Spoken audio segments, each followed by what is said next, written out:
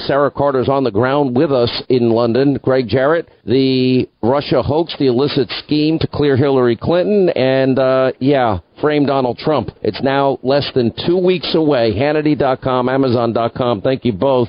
Let me start back in New York with Greg. Greg, your thoughts? I never saw Trey Gowdy. I thought it was his finest moment as a congressman today.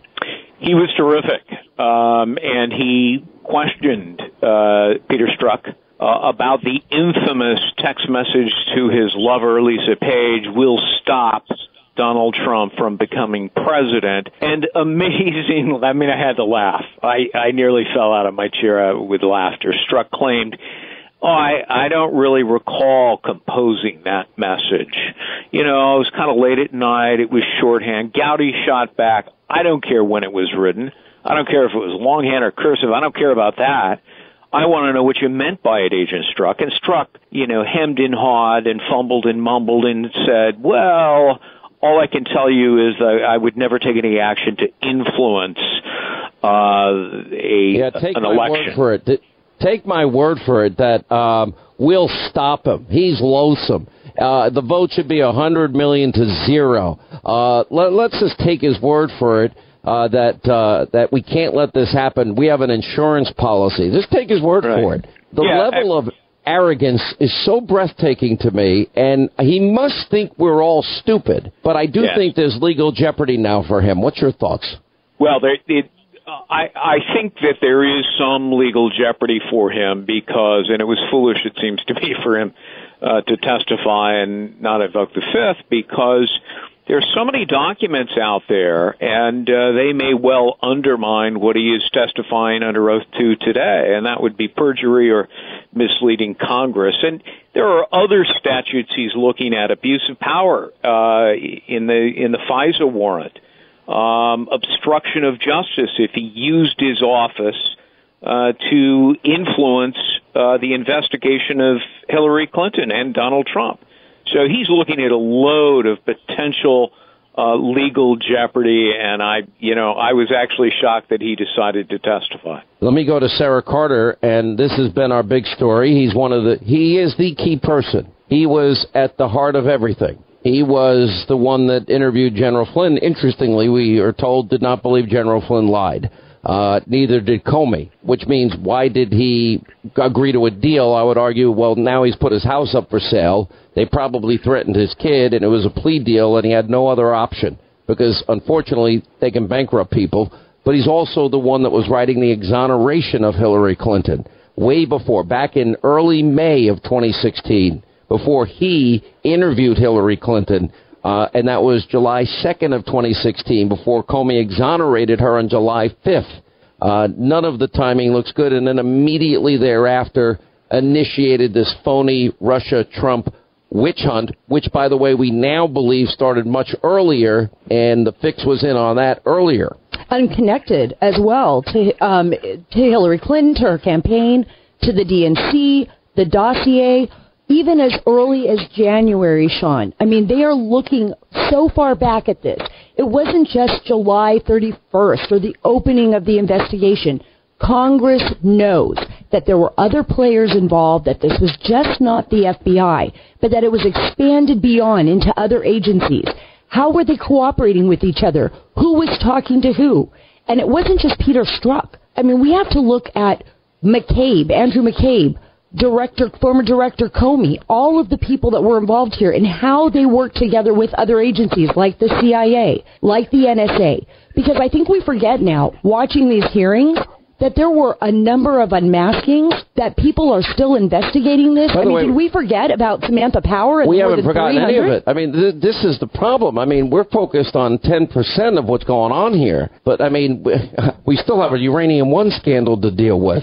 Where America's uranium is handed over to the Russians and the monies that go back to the Clinton Foundation. All right, just stay right there. Let me bring in civil liberties attorney, criminal rights attorney, David Schoen is also with us. We're going to have Greg, Sara, and David now for the full hour. David, I want to get your initial thoughts on these hearings today, and I don't think Trey Gowdy had a finer hour. He'll be on TV tonight than he did today. I think Trey Gowdy had the line of the day when Strzok started to tell him he didn't appreciate his line of questioning, and Gowdy said, I don't give a damn what you appreciate, the unprecedented animus you've shown, etc. However, I have to tell you, I am sitting here seething. I think that both sides performed poorly today. There is so much ammunition on this guy and so many missed opportunities so far. Remember, Strzok is a walking, talking, living embarrassment to every single FBI agent who ever served. This is a guy who was having extramarital affair on the job with a lawyer at the FBI, also extramarital affair. They lied, they cheated, they deceived, they betrayed, and now we're supposed to believe that he didn't mean what he said and he didn't say what he meant. He had three themes today. And by the way, when I say they all dropped the ball, the Democrats on the committee were an absolute disgrace to the country. To prop up a guy like this and to not reflect outrage from day one. Everyone in this country should be outraged at what Strzok did. It's not a Democratic or Republican issue. And these people tried to undermine the hearing from the start, and they tried to prop up Strzok. That's wrong. But the Republicans were not well enough prepared, and they didn't ask questions like cross-examiners must. They ask open-ended let's go over the let's go through the questions, direct questions. Although Gowdy did hold his feet to the fire, I agree there could have been more. Let's go to the direct questions that were missed today.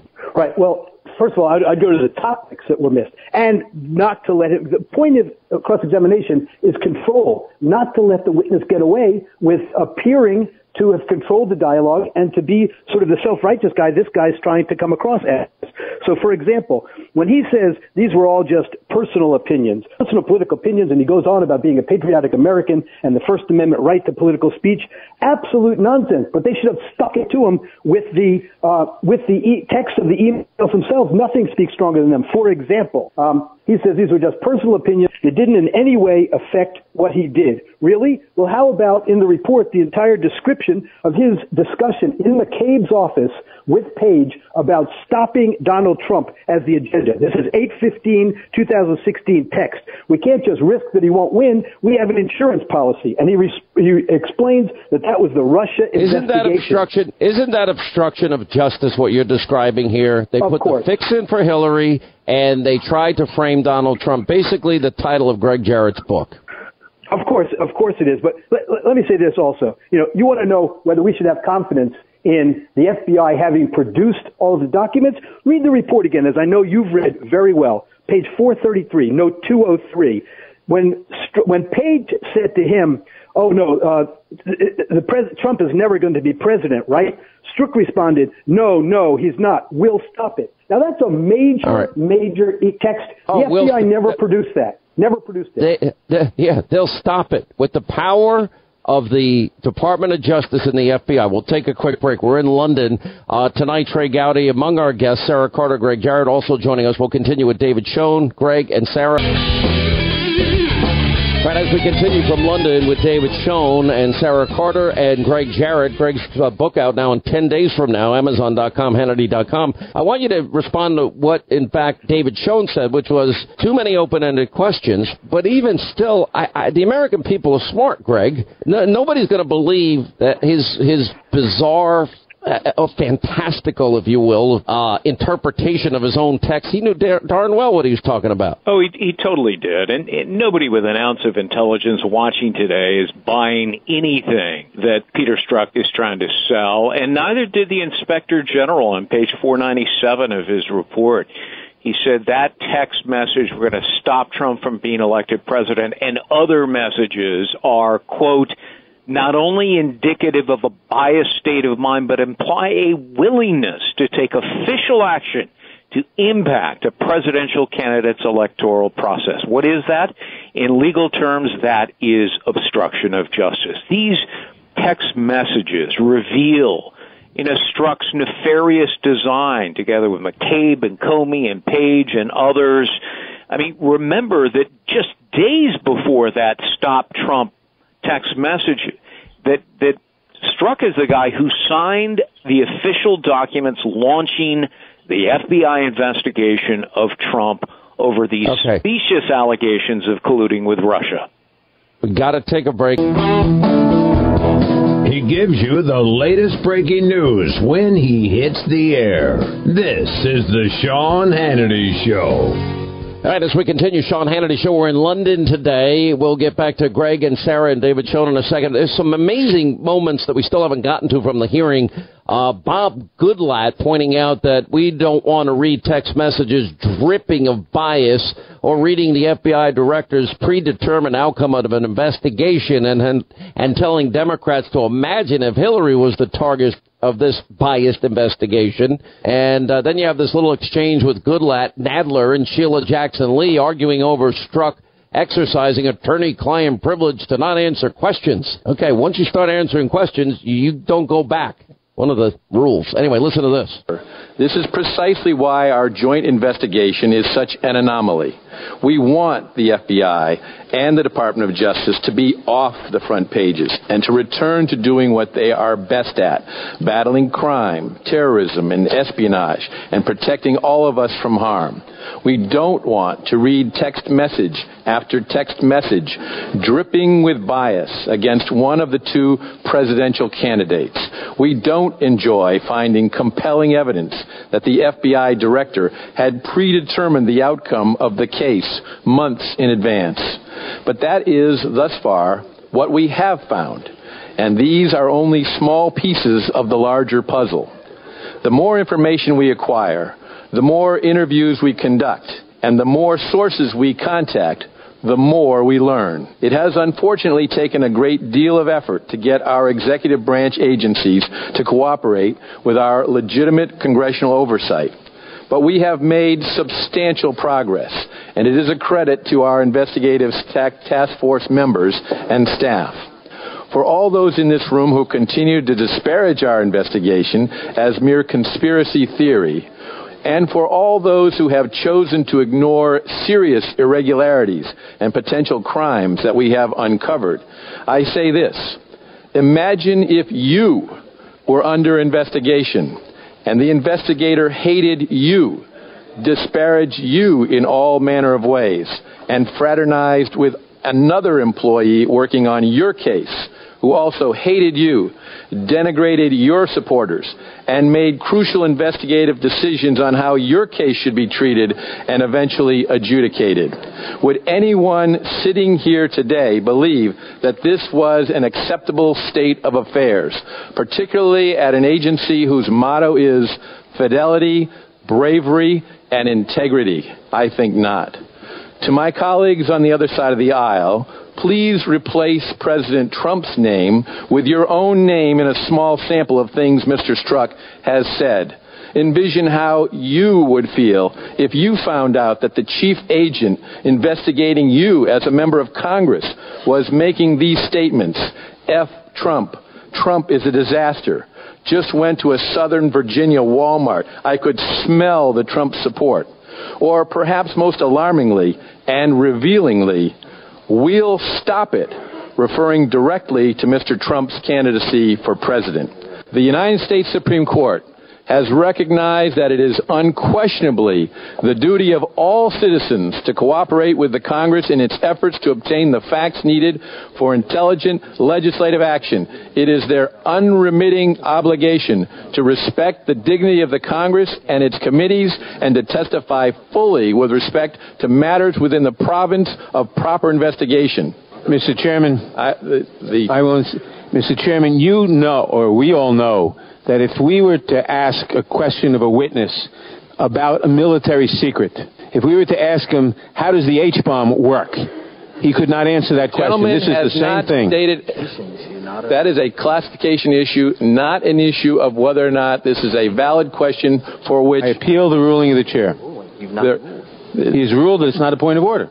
That is not a ruling. Mr. Strzok? Mr. Chairman, I insist on my point of order, and I insist on appealing the ruling of the chair. Mr. Strzok, knowing the advice that Point of order, Mr. Chairman. Point of order. I believe there's a point of order that's been raised, and you've ruled we have a right now to answer Mr. Nadler's. It is not a valid point of order. The chair has already expressed it, Mr. Chairman, because you don't... On that ruling. Point of order, Mr. Chairman. Mr. Strzok. Mr. Chairman, I appeal the ruling of the chair that you have just made on whether the... You have not stated a valid point of order. And that is your ruling, and I appeal it. That is not an appealable... Point of order. Yes, it is, Mr. Chairman. Appealing the ruling of the chair is exactly what he's requesting. He's appealing it. That requires a vote. to either sustain it or overrule it. The gentleman from New York has not cited a rule of the House that is being violated. Therefore, it is not a point of order. That's your ruling. That ruling of the chair. Mr.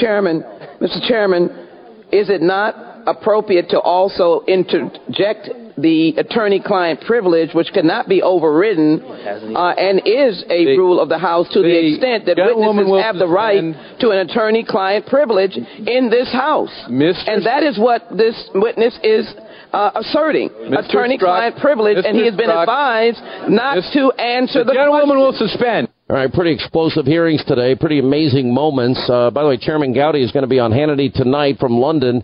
Sara Carter is on the ground. She's been watching and following this all day. David Schoen, Civil Liberties Criminal Defense Attorney, and Greg Jarrett, his book out in, 9 days now. And it is The Russia Hoax, the illicit scheme to clear Hillary Clinton and frame Donald Trump. Let me go to Sara. I honestly have never seen anything. I never thought this could happen in America. And I love law enforcement. I love the FBI. I love the rank and file. I still believe they're going to be the heroes in this story. But the highest levels of the FBI rigged an investigation to protect their favorite candidate. They overlooked the law. They covered the whole thing up. They rigged the whole investigation. And then they did attempt to frame Donald Trump. And and the same people, led by Peter Strzok, at the heart of it all. You have to think, they must have been doing this for some time. This doesn't just evolve in this election. These are people that have been together in the FBI, have grown together, have built up their ranks together, have become a kind of club. And they went to the 7th floor, and you're absolutely right, Sean. The rank and file have nothing to do with this. But they did know what was going on at the 7th floor. I can tell you this because I talked to them. I talked to a lot of the guys that have worked counterintelligence, people that have worked narcotics. Aren't there 30 of them begging to be subpoenaed because they want to tell the American people the truth about the corruption of these few at the top? There are members of the FBI, and I don't know the exact number now. I can tell you that there's more than 2 handfuls that I know of that would like to talk, that would like to go forward and tell their stories, but they don't necessarily have to do with just this particular story. They feel that there has been a corruption within the system, and not only within the FBI, within the Bureau, but throughout the system, within the NSA, within the CIA, an abuse of power that they say, and I can tell you this, the church hearings that took place a long time ago, this is something that will come about again. Bannon said it earlier today. I mean, it's coming back. He's absolutely right, because this is something that needs to be investigated. This was an abuse of the political system, weaponization of our intelligence agencies, and this is the reason why this is so important. This is the reason why Americans, and look, Strzok was so smug today. Any American that watched this hearing and just looked at this guy's face and his smug smile and how he was going to get away with it should know this is exactly how all these guys have behaved.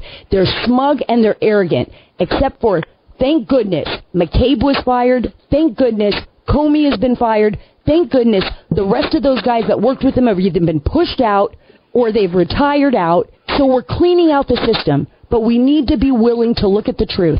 And that's the only way this is going to get fixed.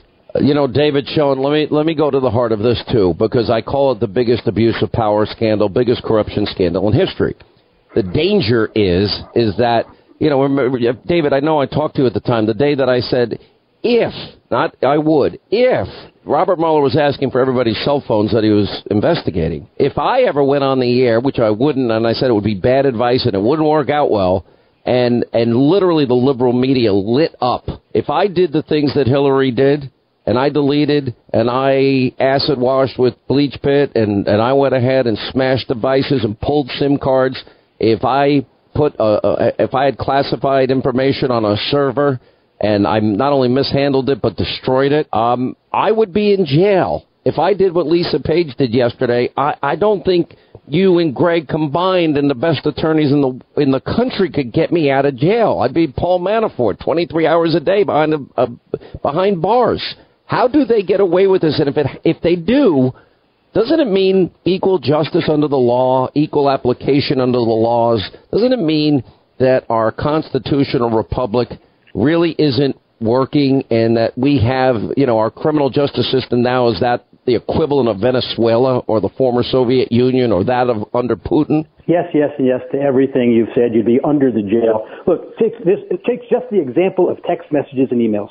Strzok said today he didn't mean what he said. For example, very clear meaning, I would think, when he called Trump supporters ignorant hillbillies. He didn't mean that at all. He says, let me tell you something. Strzok and other FBI agents every day in this country use emails against criminal defendants, getting life sentences for those defendants, and convince the jury in every case that they meant exactly what was written in those emails. This guy's an FBI agent. He knows better. Let me tell you, Strzok's line today that should have just shut down everything, Strzok said flat out, he does not believe that bias was expressed in any of his emails. Now, that's an absolute joke, but he also said that the IG didn't find bias. And this is why I say I'm disappointed in the way the hearings were conducted, because you may look at Strzok and think he's a liar. You should hear from Strzok's own words, confronted with the text messages and confronted with the report. That's not what the IG found. And specifically with Strzok, the IG found in Chapter 9 and on page 149, note 120 of the report, that there was reason to believe that there was bias in Strzok's decision to prioritize the Russian investigation and to bury the Wiener laptop thing. Look, he can't say they're just personal emails. He said specifically when Ted Cruz dropped out of the race, now I have to speed up the mid-year investigation. It's absolutely an abomination what this guy is saying, and I'd like to believe that people, listen to what the various Congress people say when they throw out their lines. We should hear it from this guy's own mouth. I would have paid money to be able to cross-examine someone like Peter Strzok under oath. This is a dream to confront him with his own texts, word after word, and not let him get away with things. Yeah, Greg, I mean, look, this is the heart and soul of your book, and I've had the pleasure of actually reading it. The amount of information, the depth and research is almost unprecedented for any book I've read. And it proves the case beyond any doubt. Where do we go from here? How do we get our constitutional republic, our system of justice back in order, considering the magnitude of trying to steal a presidential election and rig a presidential election? It has to be exposed fully and completely. As you and I were talking yesterday, I cited the famous quote from Justice Brandeis, sunshine is the best disinfectant. There has to be full transparency, because there was never any plausible evidence that Trump or his campaign collaborated with Russia to win the presidency. The FBI had no legal basis to even initiate the investigation. They invented or exaggerated facts. They perverted laws or ignored them. And in essence, Sean, the law enforcers became the law breakers. The FBI appropriated this unverified dossier as a pretext for spying on the Trump campaign. They concealed evidence from judges. It was leaked to the press. And by the time Trump was sworn in as president, the mainstream media had its Russian hoax, its collusion tale. There was never any evidence of collusion, no legal case of obstruction, and all of this has been done simply to destroy Donald Trump for political reasons. And guys like Strzok and Lisa Page and James Comey and McCabe, they're the villains in all of this, and frankly, Trump is the victim. We've got to say goodbye. We're in London. Sara Carter also will be on. Greg Jarrett is on, and if David Schoen's not booked, he needs to be booked. You are phenomenal, all of you.